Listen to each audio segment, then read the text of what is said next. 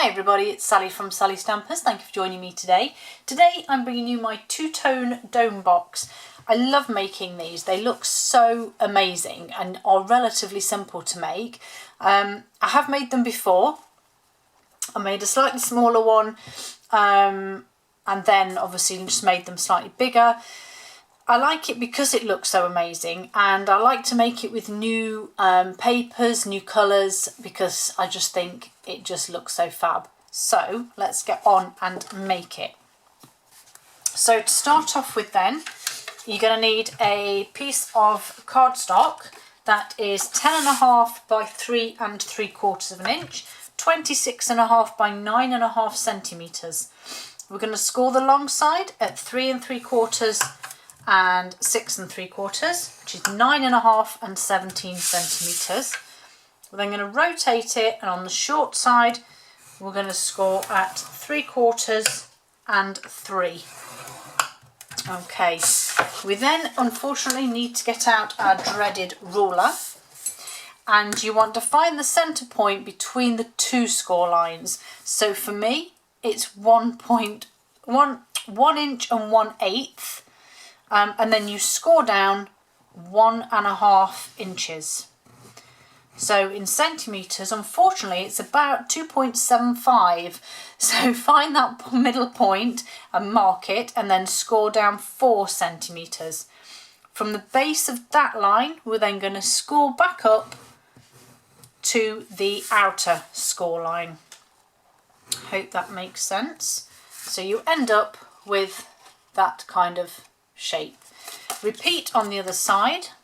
So find that centre point, mark down 1.5 inches 4 centimetres, and then from the base of that up and out to those score lines. Okay, I'm going to do my DSP while we're here because that makes life a bit easier. And your DSP needs to be 9 3/4 by 3 inches, which is 24.5 by 7.5. And we're going to score the long side at 3 3/4 and 6 inches, which is 9.5 and 15 centimetres. We're then going to repeat this again, but you're going to find the top from either edge of the DSP. So for me, it's 1.5 inches, and in centimetres it will be around 3.75. I'm really sorry for that, but you just generally need to find the centre, and then again down 1.5 inches, 4 centimetres, and then from the base you're going to score out to the corner, and then repeat it again on the other end. So this is the artfully composed, artfully layered suite, which I think is really pretty. I just love the colours in it. There we go. So once you've done those, fold your normal score lines, shall we say, on there, and again on your cardstock, and then again either side there. Okay, we need to cut away wedges into the 4 corners, and we need to cut away just this centre piece here. So again, creating a wedge and cut down here, and again cut a wedge at the end, and repeat that on the other side. Hold that out of the way, and then just cut down like so. So you should now be left with that shape. Excuse me. These will fold in, so you need to fold your very gently, and they will go in of their own accord eventually, but if you can, and then you can squeeze that part from the inside, and that will also give you that crisper edge when you've done that. So repeat that on the other side. So just gently fold those in, and then I just try and push excuse me, crikey, give that a squeeze just to reinforce those. And again, repeat that on your DSP, which you might just need to be a little more gentler with. And again, just fold that centre in. And again, last corner. And then again, just pinch it in to fold like so. Okay, so now we have those like that.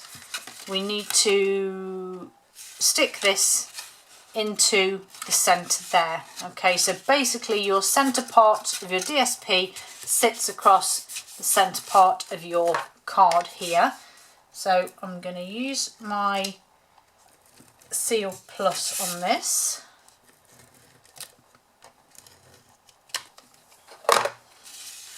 And then I'm just going to pop this, line those score lines up.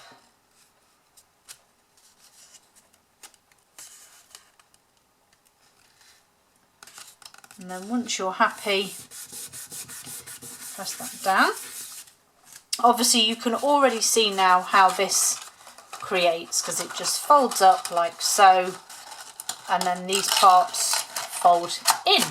Okay, so get some adhesive on these card flaps here. So I'm just going to gently go up with my Seal Plus. You can obviously use whichever adhesive you prefer. I'm just doing this just because it's a slightly quicker, but you can use wet glue. And then all you're doing is very similar to if you were making up a box. You're just putting those sides together and work your way round.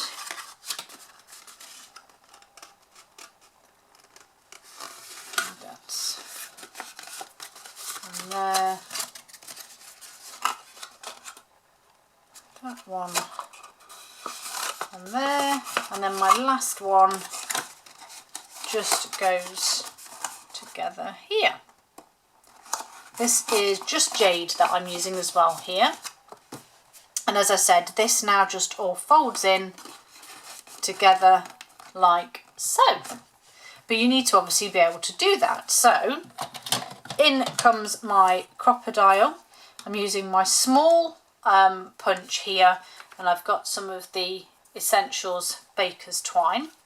When you're punching your holes, you need to be, let me just get this right. So you need to be on the inside of the V, but quite near the top here. Also make sure when you're punching that this bit at the bottom doesn't catch the bottom of the box. I have done that so many times, I cannot tell you. So I'm just going to pop this in. I've also got my hands here, look, just shielding this part. And you're going to work your way around and punch on all of these, including the DSP.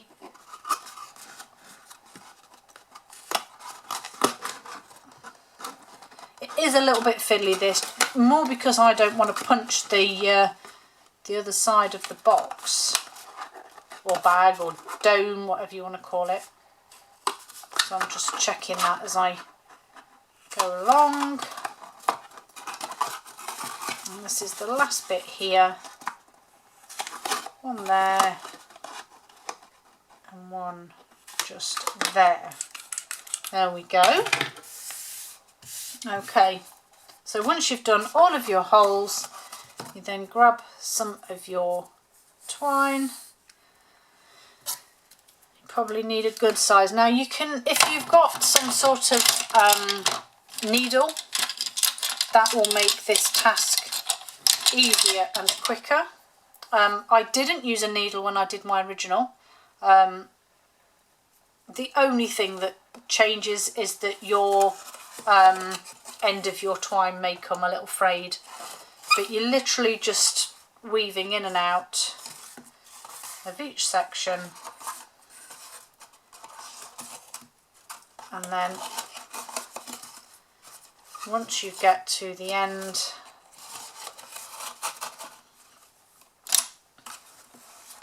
you just, all you need to do really is to fold your box down, hold it as best you can, and then just pull gently but firmly your twine, and then you need to tie it off. And this is where you need to be an octopus with numerous hands to hold it all in place. Or you can just do what I do and use complete brute strength and just pull it and hope for the best. Okay, if you have got somebody else to help, it is handy because they can sort of hold it tighter when you do it. If not, you have a little gap at the top like I do. And that is your box. And then you just need to add a little bit of decoration. So as with this one, I've pulled out the Calypso coral bit here. So on this one, I'm pulling out the bumblebee, which I have a piece of here. And then my tropical layers dies. Just grab that super pretty pattern. And then I have some Just Jade here, which I'm actually going to use this Evening Evergreen. And I'm going to use the Artfully Layered stamp. I love this sort of text image. I think it's great. So I'm going to stamp that, stamp it off and put it on like that. And then I'm going to just grab my Hey There and use the full colour to go over the top.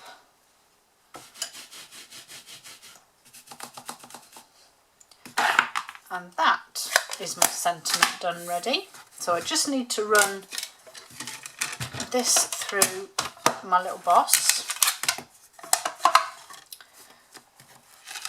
Not sure if that might just need trimming a fraction. So pop that through. Yeah. I think I should have had Weetabix this morning. And just pop that out. And then you can actually save, dependent on how you do this, you could save these if you wanted to either do something random like that, or you can use them to infill a different colour. And you could also save, which I have here, the negative from the Calypso coral that I cut. So you could, you know, create some fun shapes and creations. You get the idea. But you could two-tone, so you only have to create 2 die cuts. You could have lots of options with that. I think that's really fun. Okay, let's trim this.